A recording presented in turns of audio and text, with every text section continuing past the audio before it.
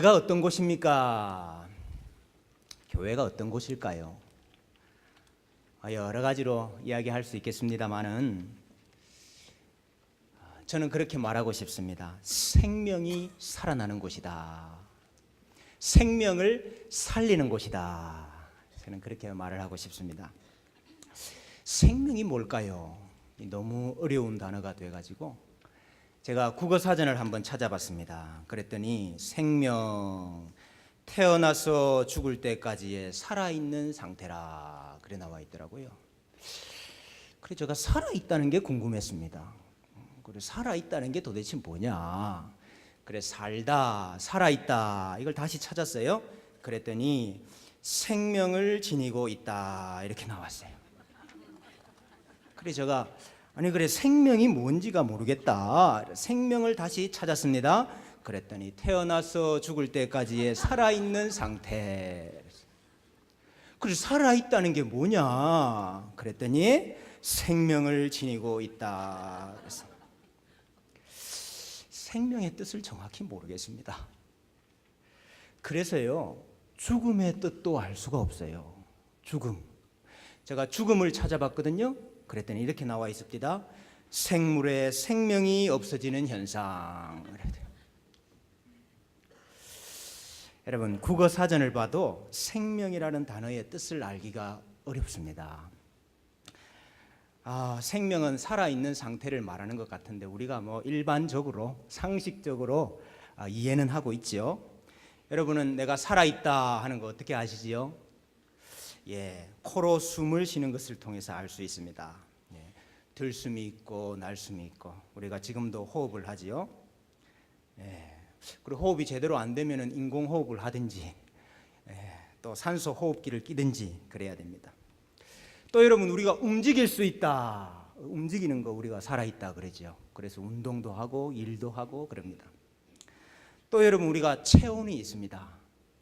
우리 정상 사람의 체온은 36.5도라면서요. 저기 죽은 분들 체온은 몇 도인지 혹시 아세요? 한 27도 정도 된답니다. 그래서 우리가 만지면 싸늘하죠. 또 여러분 맥박이 뜁니다. 맥박이 1분당 한 70회 정도는 뛰어야 되죠. 근데 여러분 성경은 우리가 숨을 쉬고 맥박이 뛰고 심장이 뛰고 움직이고 체온이 있는 이것을 가리켜서 살아있다 혹은 생명이 있다 그렇게 말하지 않습니다. 국어사전이 아니고 성경은 생명에 대해서 뭐라고 이야기를 할까요? 성경은 죽음에 대해서 뭐라고 이야기를 할까요? 우리가 오늘 읽었던 에스겔 37장을 보니까요 하나님께서 에스겔 선지자를 마른 뼈가 가득한 골짜기로 데리고 가셨어요.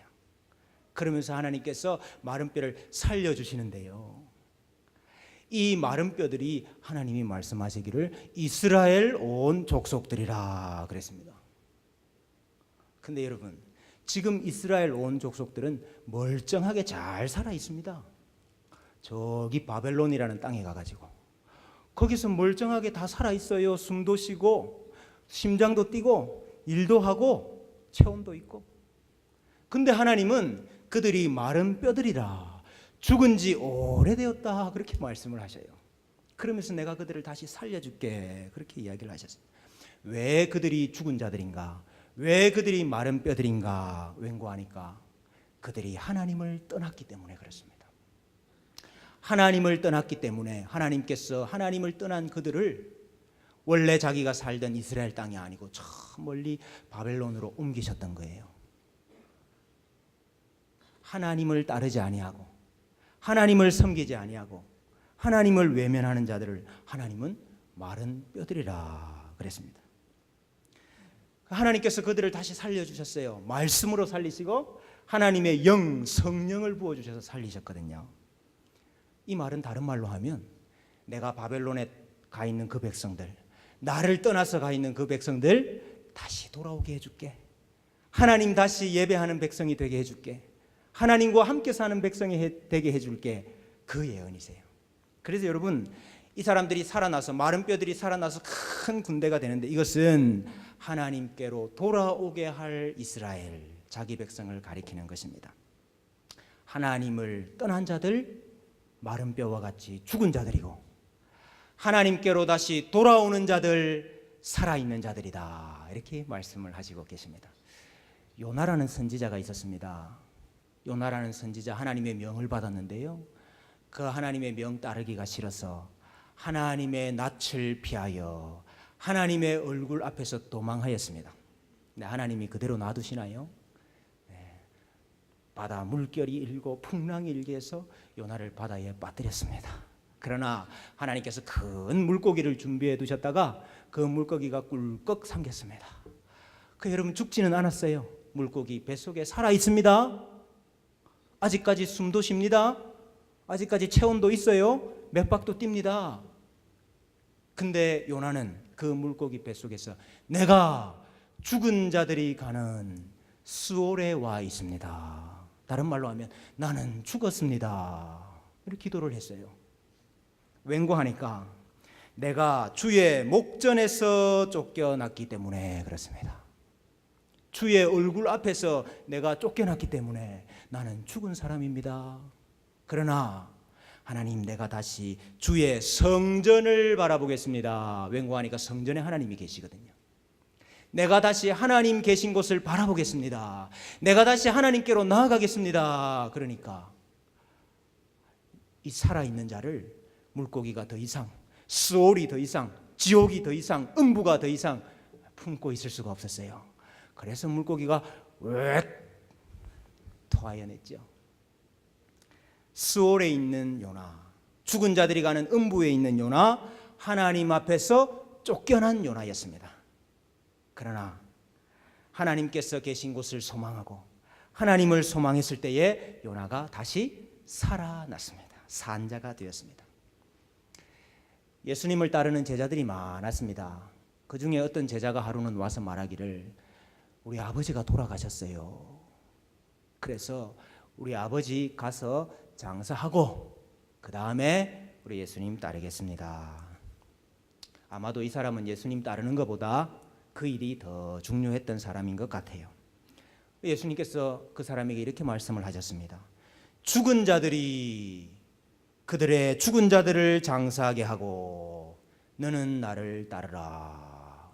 이 죽은 자가 둘이가 나오는데요, 첫 번째 죽은 자는 돌아가신 아버지지요. 근데 예수님께서 그 죽은 자를 죽은 자들이 장사하게 해라. 돌아가신 아버지를 장사해야 되는 그 죽은 자들은 도대체 누굽니까? 예수님을 모르고 예수님을 따르지 않는 자들을 예수님은 죽은 자들이라 그렇게 이야기하셨어요. 누가복음 15장에 보면 우리 예수님께서 이런 비유를 하신 적이 있습니다. 아버지에게 두 아들이 있었단다. 그런데 그 둘째 아들이 아버지와 함께 사는 게 너무 싫은 거예요.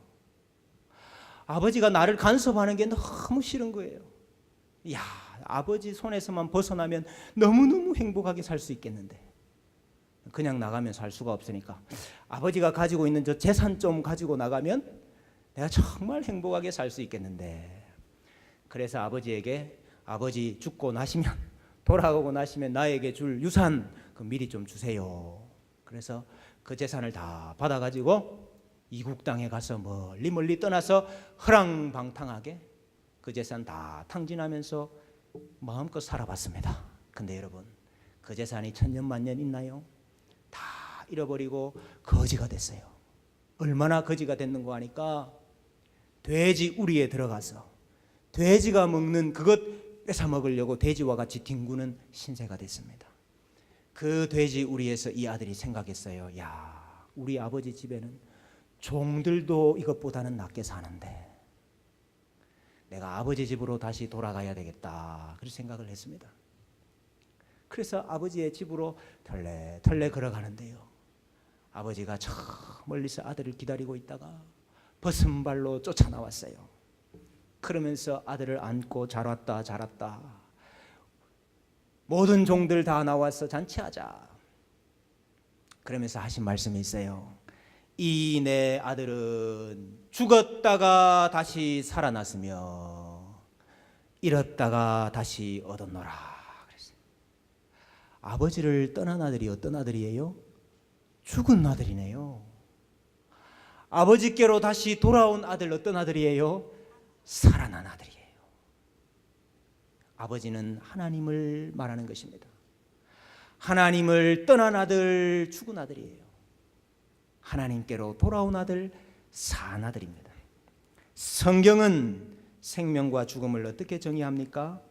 영생은 곧 유일하신 참 하나님과 그의 보내신 자 예수 그리스도를 아는 것이니이다. 그래서 생명은 하나님 아는 겁니다.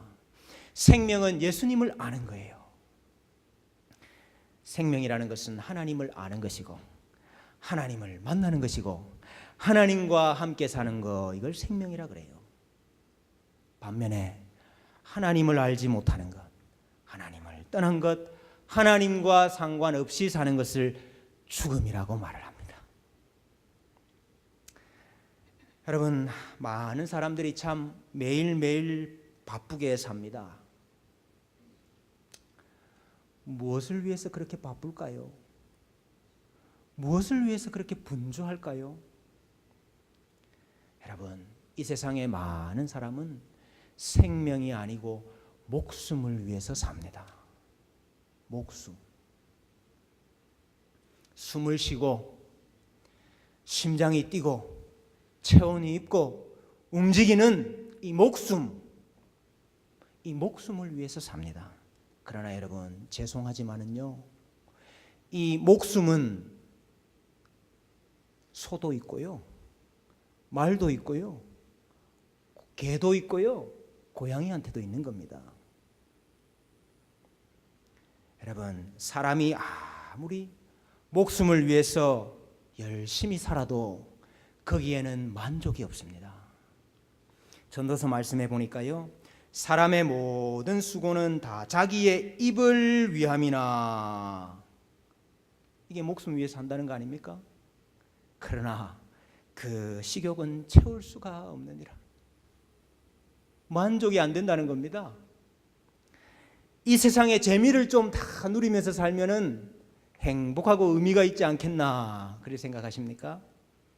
디모데전서 말씀해 보니까요, 향락을 좋아하는 자는 살았으나 죽었느니라 했어요. 일평생 열심히 살았는데 남는 게 뭡니까, 여러분? 목숨을 위해서 열심히 살았는데 여러분, 우리 마지막에 남는 게 뭡니까? 사람이 해 아래서 행하는 모든 수고와 마음에 애쓰는 것이 무슨 소득이 있으랴? 일평생에 근심하며 수고하는 것이 슬픔뿐이라. 그 마음이 밤에도 쉬지 못하나니 이것도 헛되도다 그랬어요. 여러분, 우리가 일평생 열심히 삽니다만 남는 것은 슬픔뿐이고 허망한 것밖에 없더라.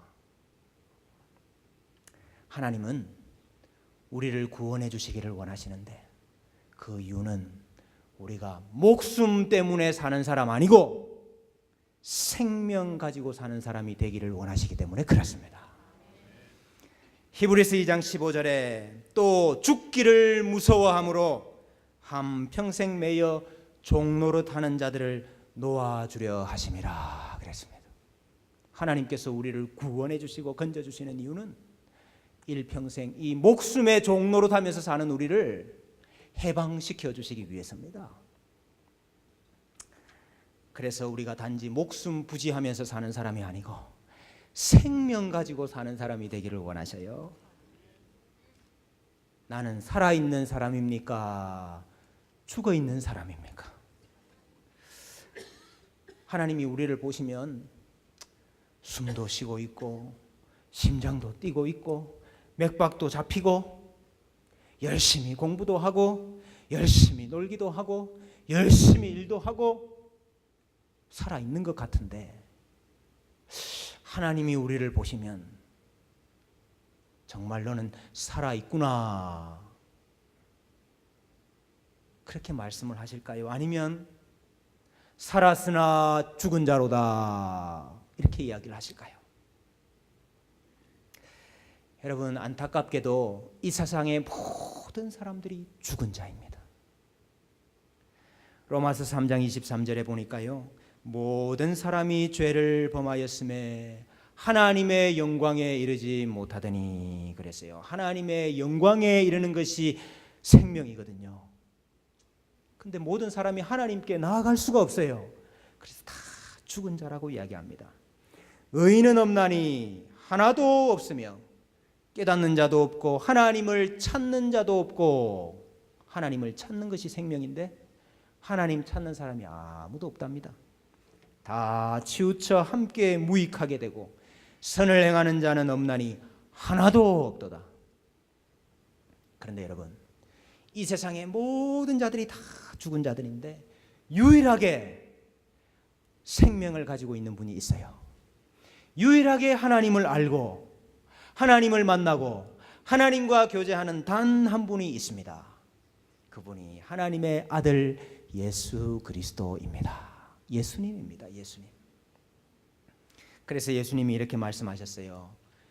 내가 곧 길이요 진리요 생명이니. 내가 곧 길이요 진리요 생명이니 나로 말미암지 않고는 아버지께로 올 자가 없느니라. 그랬어요. 아버지께로 오는 게 뭐지요? 생명이거든요. 근데 참 생명 가지고 있는 예수님으로 말미암지 않고는, 예수님이라는 길을 통과하지 않고는 아무도 생명에 이를 자가 없다. 요한일서 5장 12절, 너무너무 중요한 말씀입니다.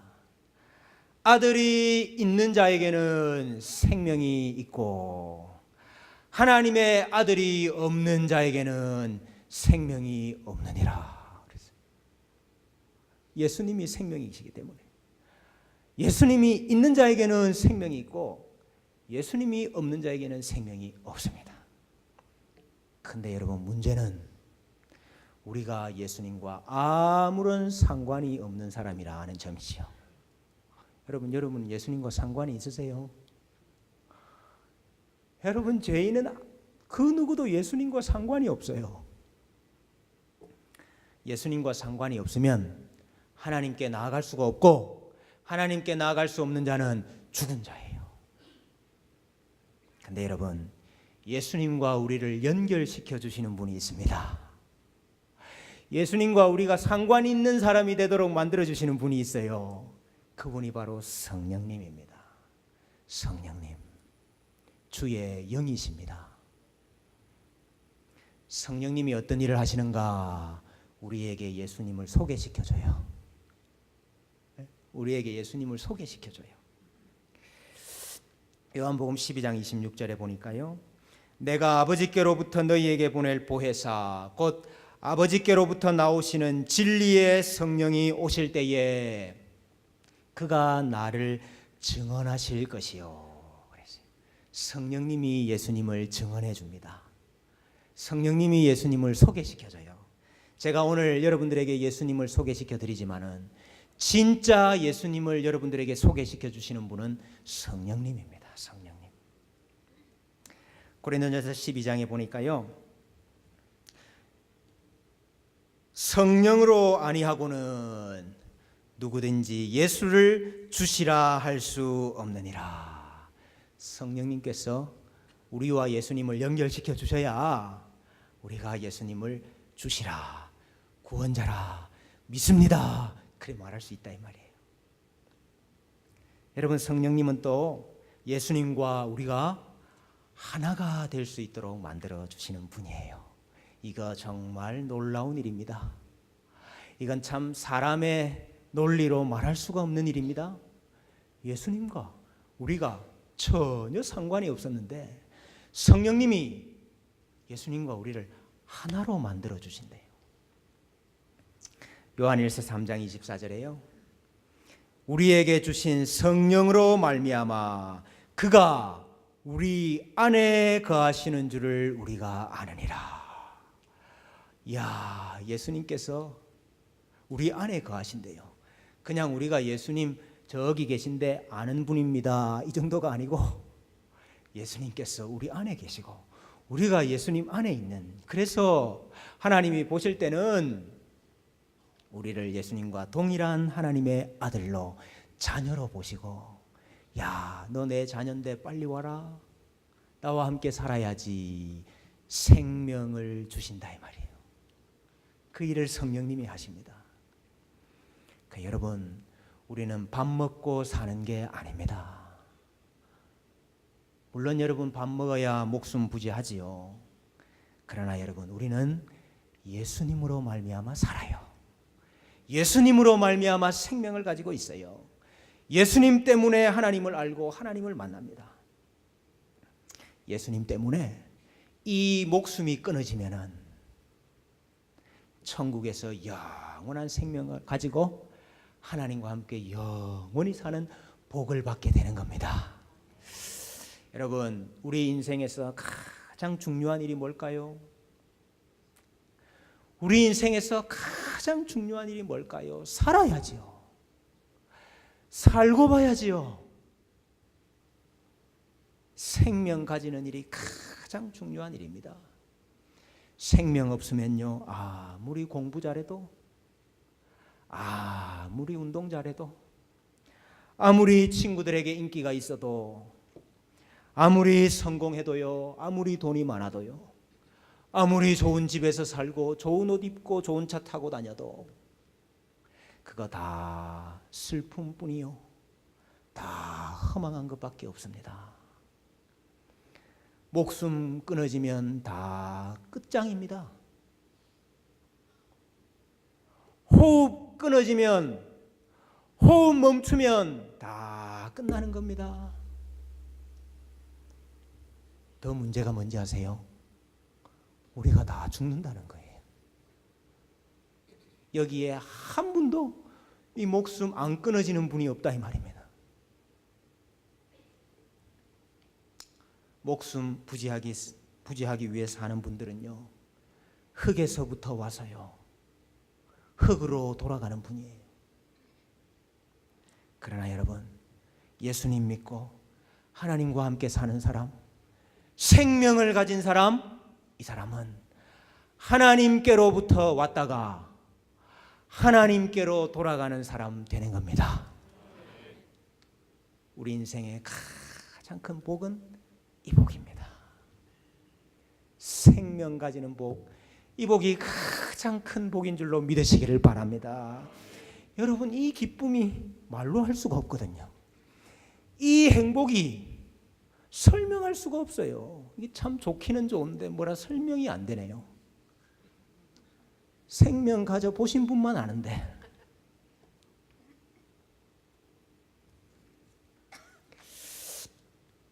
죽은 자를 살리시는 분이 성령님입니다. 성령님.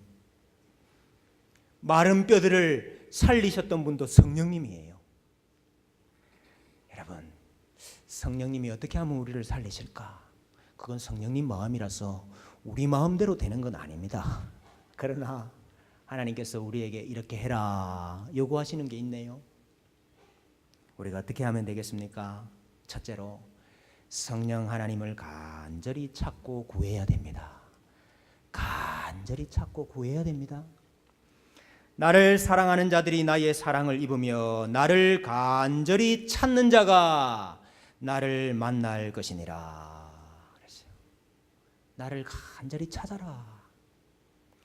너희가 악할지라도 좋은 것을 자식에게 줄 줄 알거든 하물며 너희 하늘 아버지께서 구하는 자에게 성령을 주시지 않겠느냐. 여러분, 이 세상의 것으로 만족하실 수 없지요. 그 갈급함을 가지고, 그 간절함을 가지고 하나님을 찾으십시오. 성령님을 찾으세요. 예수님께 기도해 보세요. 성령님이 우리 마음에 찾아오시고 우리를 다시 살려주십니다. 둘째로, 성령님께 우리 인생의 주인의 자리를 내어드려야 됩니다. 성령님께서 우리 삶에 들어오셔서, 우리 인생에 들어오셔서 성령님이 주인 노릇하시도록 우리 자신을 내어드려야 돼요. 여러분, 죽은 자들 말입니다. 생명이 없는 자들은 자기로 가득 차 있습니다. 자기 자신으로 가득 차 있어요. 이 세상의 것으로 가득 차 있습니다. 이런 분들한테는 성령님이 들어오실 수가 없어요. 자리가 없잖아요. 그래서 성령님께서 마치 이렇게 바람이 가득한 풍선에 바늘을 콕 찔러가지고 바람을 싹 다 빼버리듯이 성령님께서 우리 인생에 오셔가지고 내 자신으로 가득한 나를 콕 찔러가지고 내 안에 있는 내 자신이라는 것을 싹 다 빼버려요. 그러고 난 다음에 성령님이 오시는 거예요. 내가 내 인생의 주인이다. 내가 내 인생을 산다. 내가 원하는 대로 살고 내가 갖고 싶은 대로 갖고. 여러분, 내가 원하는 대로 사는 사람 죽은 사람입니다. 성령님께서 우리를 터뜨리시고 예수님으로 가득 채워주시는 거예요. 그러면 우리가 어떻게 변하느냐? 나는 예수님이 원하는 대로 살고 싶습니다. 나는 성령님이 인도하시는 대로 살고 싶습니다. 이런 사람으로 바뀌는 거예요. 이걸 우리가 참 저희들끼리 사용하는 전문 용어를 사용해서 대단히 죄송합니다. 회개라 그래 말해요. 회개라. 회개해야 성령님이 임하십니다. 갈라디아서 6장 8절에 자기의 육체를 위하여 심는 자는 육체로부터 썩어질 것을 거두고 성령을 위하여 심는 자는 성령으로부터 영생을 거두리라. 아멘입니다.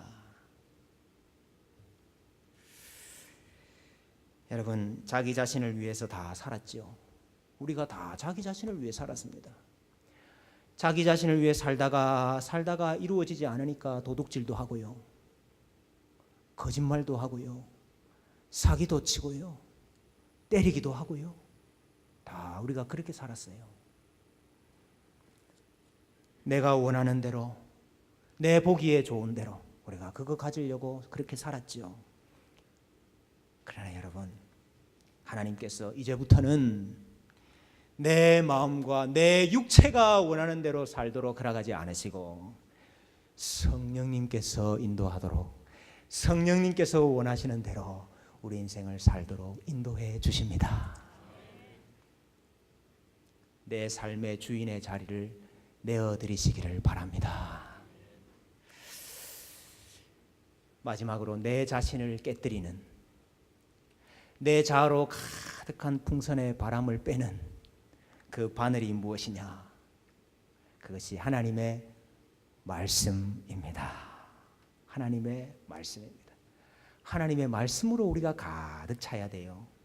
그래서 성령님께서 하나님의 말씀과 함께 임하셔요. 성령님이 하나님의 말씀과 함께 역사하셔요. 그래서 우리가 하나님의 말씀을 성령의 검이라 그래 말하는 거지 아닙니까? 성령의 검이라. 왜요? 성령님이 이 검을 가지고 우리를 콕 찔러가지고 자아를 죽이시고 예수님 사람으로, 생명 있는 사람으로 다시 살리시기 때문에 그렇습니다. 하나님의 말씀이 우리 가운데 있는 모든 죽은 것들을 도려내시고 우리에게 새 생명 주시기를 원합니다. 여러분, 그래서 교회는요, 하나님의 말씀인 성경을 가장 중요하다 그렇게 말합니다. 교회 오면 성경 들으실 수 있습니다. 교회 오면 하나님의 말씀을 들을 수가 있어요. 교회 오세요. 꼭 교회 오시기를 바랍니다. 말씀을 들어야 되고요, 말씀 들어야 성령 하나님 만날 수 있고요, 성령 하나님이 우리를 예수 그리스도와 연합시켜 주시고요, 그래야 산자 됩니다. 그래야 생명을 가질 수 있습니다. 목숨 가지고 사는 분들 아니고 생명 가지고 사시는 이 세상의 그 누구보다도 행복한 분들 되시기를 주님의 이름으로 소원합니다.